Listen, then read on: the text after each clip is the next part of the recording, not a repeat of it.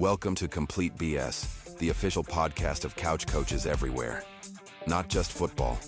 It's every sport that ruins your parlay, wrecks your fantasy week, and still brings you back for more. Buzzer beaters, blown leads, and brackets in flames. Yeah, we're all over it. Unfiltered takes, armchair analysis, and enough bold opinions to fill a playbook. Hosted by Brian Schmuck, sports junkie, the Saban of stats, and your official voice of, I could coach better than that. Let's go.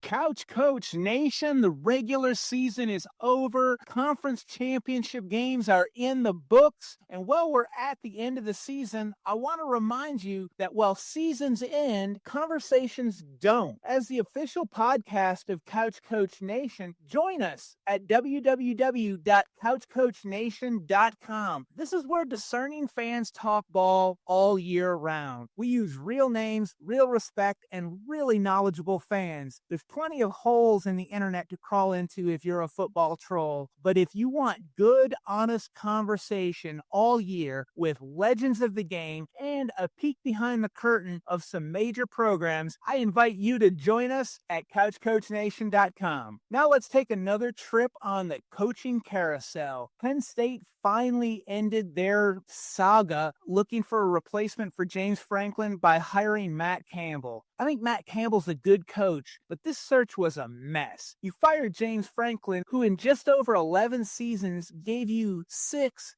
10-win seasons. For Campbell, he was 10 years at Iowa State and averaged 7-5. Maybe with a bigger brand and in the Big Ten, he attracts better players, but he's starting in a hole because of how this search was handled and their recruiting class. He's got a lot of work to do. Good coach, but you couldn't have done this a month and a half ago. Iowa State, they've got to replace Matt Campbell, and Jimmy Rogers is who they went to. 2 hours after Matt Campbell was confirmed that he was going to Penn State, Iowa State athletic director Jamie Pollard landed Rogers. That's how you do a coaching search. He had his guy, he got on him. Rogers was only at Washington State for a year. He went 6-6 with a tough schedule. Before that, he was 27-3 at FCS South Dakota State with 1 national championship. Seems like a good fit there. Memphis, they went with Charles Huff, a young coach who's risen through the ranks, was 32-20 in 4 years at Marshall, only 1 year at Southern Miss, and they went 7-5, but the previous coach was 1-10. So big turnaround in 1 year at Southern Miss for Huff. If you're successful at Memphis, history has shown that you can get a big payday in 3 to 4 years. Cal, they went with one of their own, Tosh, Lupoi. Good hire for Cal. He's an alum. He's been a good coach rising through the ranks. I think this is a really good fit. James Madison, they bring Sunbelt Billy Napier back into the Sunbelt. He was 40-12 in 4 years at Louisiana. JMU, they seem to kind of have a plug-and-play system going on, so we'll see if Napier can pick up where Bob Chesney and Kurt Cignetti left off. UAB, they promoted Alex Mortenson, took the interim tag off. Seems like he's the only guy who wanted this job. We'll see how that works out for them. South Florida hired Brien Hartline. I like the move for USF. Take a big swing for the fences. He's a great recruiter, kind of an average offensive coordinator. I think he needs to bring in a play-calling offensive coordinator. This is really a boom or a bust kind of hire. North Texas, they hired Neal Brown. He went 35-16 at Troy, only 37-35 in his years at West Virginia. I think he'll do well again at the G5 level, but I would have liked to see North Texas go after one of their Texas Tech coordinators, either Mac Leftwich, the offensive coordinator, or Sheil Wood, the defensive coordinator. Kentucky, they went with Will Stein, excellent young coach from Oregon. He grew up in Kentucky. They could not have made a better hire. UCLA hires Bob Chesney. This is a solid coach. No ties out west. Everything he's done's been on the East Coast. He's won everywhere he's been. My question will be about the fit with this, and we'll see how it works out. And then you've got Ole Miss. They promoted their defensive coordinator, Pete Golding. This reminds me of when Jimbo Fisher left Florida State and they hired Willie Taggart because he wanted FSU, and FSU wanted to feel wanted. Ole Miss, I think, is going to be looking for another coach in a couple of years. AV, any thoughts on some of these coaching changes? Yeah, some, kind of what you would expect, but some of them are very interesting. So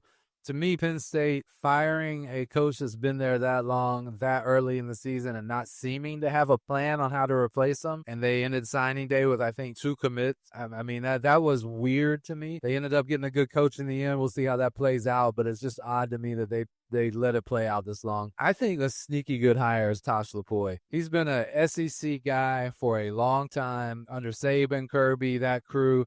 Out with Dan Lanning. He knows how to recruit. He knows how to run defense. It'll be interesting to see if he knows how to be a head coach, but I think that is a sneaky good hire, along with Hartline being a really good hire. That'll be fun to watch play out because he's a guy that people seem to like. Great recruiter. He's got a lot of connections, so I think he can hire good coordinators. We'll see. I think if he does really well, he'll be there a couple of years and get really paid because the guy can recruit. Those are the ones that jump out at me. I don't have any reservations with any of them outside of maybe the Ole Miss hire. We'll see how Pete Golding works out, but all the rest of them seem pretty solid. I am intrigued by the couple I mentioned, though. Let's get to some games before we talk about the playoff rankings. The Big 12 championship game, Texas Tech 34, BYU 7. BYU took the opening drive down 14 plays, 90 yards, almost 7 minutes, and scored, and then they stopped playing. They only had one drive the rest of the game that went for more than 17 yards, which resulted in a missed field goal. The Texas Tech defense, they let up that early touchdown, and that was it. They got 2 sacks, 2 fumble recoveries, 2 picks. Nothing came easy for BYU, and they were stifled. Tech, they took care of business. People will look at this team and say, oh, well, they lost to Arizona State. Keep in mind, they lost that game without Baron Morton, their quarterback. This is a very dangerous team in the playoffs. The Oregon James Madison winner will have their hands full with the Red Raiders. 1,000% they will. I think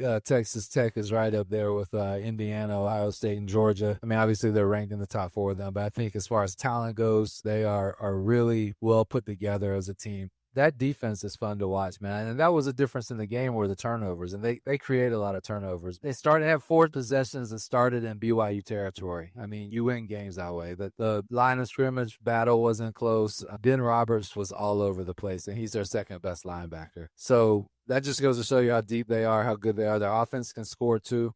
It'll be interesting to see where they go and how they match up, man. The SEC championship game, Georgia 28, Alabama 7. This was utter domination by Georgia. They got payback for their loss earlier in the year to Alabama. These are 2 programs going in opposite directions. Stockton, we said we needed more out of him than what he had been giving. He was an efficient 20 of 26 for 156 yards, 3 touchdowns. Georgia ran for 141 yards and held the ball for 13 minutes more than Alabama. Georgia played really conservative. Once they got up by 21 points, I feel like this game could have been an even bigger margin. The Georgia defense, man, 3 sacks, 1 pick, but constant pressure on Ty Simpson. They held Alabama to -3 yards rushing. It was the first time in the history of the SEC championship game that a team was held scoreless in the first 3 quarters. Yeah, man, if I'm Alabama, I have concerns about my team headed into the playoffs. And part of me is like, Ty Simpson seems to have gotten worse. He's just not as efficient as he was. He doesn't look comfortable. But I think if you look, it's the offensive line. He didn't have time. They can't run the ball. So then that becomes like the whole offense is stagnant. And they've not looked great in the last few games. 2-2 in their last 4 games. Offense hasn't looked good. Defense hasn't been dominant all year, but they're good enough to win when the offense scores some points. So very concerning effort for Alabama. I mean, they couldn't move the ball at all. And they got an excuse me touchdown late, but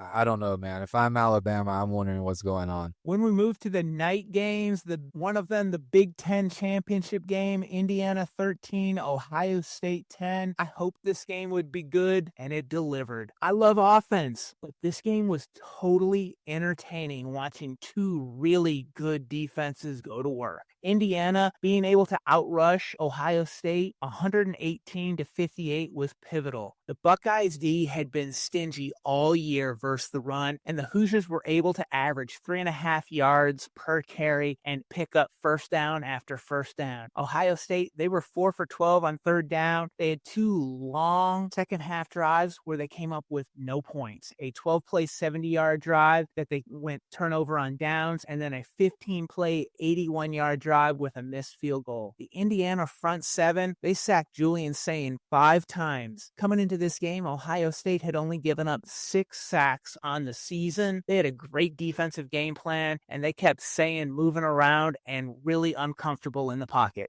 Yeah, man. I think that was the story of the game, was Indiana's defense. I mean, when I looked at the game, I knew that Ohio State's defense was going to be good. I thought Indiana's offense was going to be able to score points. It turned out to be a game where nobody could score points, but Indiana had 9 tackles for loss. Julian Sayin couldn't get going. Bo Jackson couldn't get going. Really impressive, and I agree with you. It was a low-scoring game, but, man, you could cut the tension with a knife, and every play seemed like a big play. I like the Signetti or whoever's calling the plays for them. They kept throwing the ball deep. They didn't hit on their first couple, but that's the only way you can beat those teams that really dominate the front seven, is hit them over the top. And you have to keep trying because it's a low percentage pass.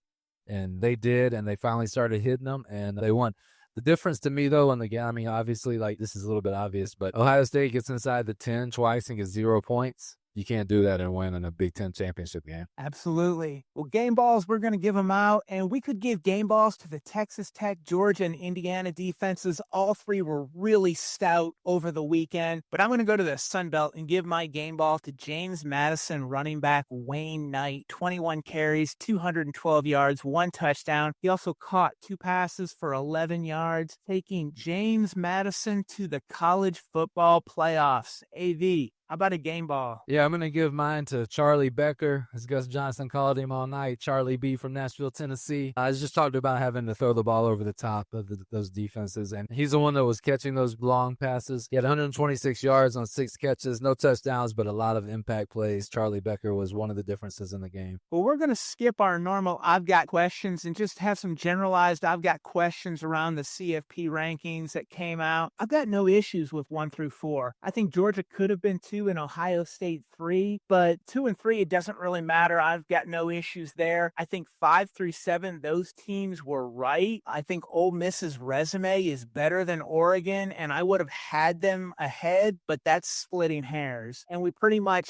all knew that 11 and 12 are going to be Tulane and James Madison. So I think when you look at that top 4 and then that group of 5, 6, 7, 11 and 12, you got the bulk of the playoff that we pretty much all kind of agree on, and that leaves you 8, 9, 10. I've had Miami at 8 for a while, and I would have kept them there, slotting Notre Dame in at 9, and that would knock Alabama out. I understand the argument that Bama shouldn't be penalized for losing their conference championship game, but for me, it's part of their resume, and so too how they've played in the last month. They're 2-2. Back in 2023, the committee told us that they kept FSU out because of how they were playing down the stretch, and that's why they put Alabama in. Well, in 2025, the same doesn't hold true for Bama. They're in again, and they're the beneficiaries of the grace by the committee. AV, your thoughts on how the committee did things? Yeah, I mean, I honestly think they got it right, but I do have a problem with them. The problem is, how was Notre Dame ahead of Miami going into this week and then not ahead of Miami coming out of this week? The head-to-head, the record, all of that was the same. Miami should have got in over Notre Dame, so I'm not complaining about it, but just the process. How does Notre Dame jump Miami on a week where neither of them played and none of their schedule played? Like, that doesn't make sense. So it just adds confusion to the process. None of us understand how it works. I do think they got it right. In your case, you had Miami ahead of them the whole time, and they should have been there the whole time. But for some reason, Notre Dame was there the whole time, and now all of a sudden Notre Dame's not there. How did that happen? Right? So are they playing games for the process just to keep people engaged? It just strikes me as weird. I do think Miami's got a tough draw. Texas A&M, they could beat Texas A&M, but then the winner of that game gets Ohio State. But all in all, I think they did a good job. I was just confused at the process of the Miami and Notre Dame. At the end of the day, I think it's obvious we need to put an end to conference championship games where the participants in these conference championship games, they don't even play everyone in the league. Move the season forward a full week. No more week 0. Make week 1 start August 22nd. Thanksgiving weekend, we should have the opening round of the playoffs. FCS has the model. They've got a 2014 bracket with 11 conference champions automatically in and 13 at large. The FBS has 10 leagues, so you could have 10 automatic and 14 at large. The top 16 are seeded and the top 8 get a bye. This could all be wrapped up by January 1st like it used to. The coaches are still with their teams before moving on to new jobs, make the portal window in January and have that all settled, move signing day back to February where it belongs, and fix this college football calendar. Yeah, that makes a lot of sense to me. I think you have to move it up. If you get rid of the conference championship games, that weekend just becomes play-in games or the first round of the playoffs for teams that don't have buys. To me, it's sad, though. Honestly, like Notre Dame didn't accept their bowl. Then you're going to get rid of conference championship games. It's just not the sport that we grew up liking and loving and all of that. But evolution happens. I get that. But to me, getting rid of conference championship games makes sense for the playoffs. And I think that that's the direction they should go. And great point on the FCS model. But it's also a little sad to see like bowl games are already going away. Conference championships are going to go away. But we'll have the playoff. Maybe that's better. Well, this week we're going to have an extra episode for you on Wednesday. We've got a special Heisman episode with 2001 Heisman Trophy winner Eric Crouch. And we're back on Thursday talking about all the awards and with Navy great Keenan Reynolds. He's going to join us to talk about the Army-Navy game. Join us at www.couchcoachnation, and you can follow the Complete BS Pod on X and Instagram. Make sure to like, share, and subscribe wherever you get your podcasts. Thanks for listening to Complete BS.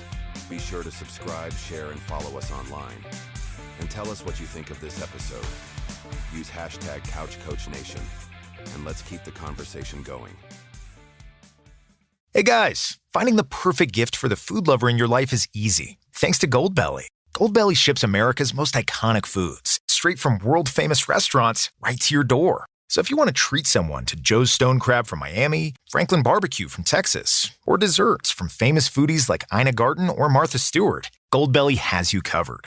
Just go to goldbelly.com and for a limited time, get 20% off your first order with promo code GIFT. That's promo code GIFT.